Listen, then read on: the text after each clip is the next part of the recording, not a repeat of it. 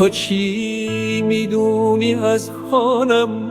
چی میفهمی از احساسم؟ چجوری میشه بعد از این خودم رو بی تو بشناسم؟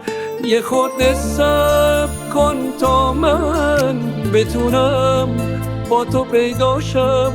برای رفتنت باید کمی آماده تر باشم.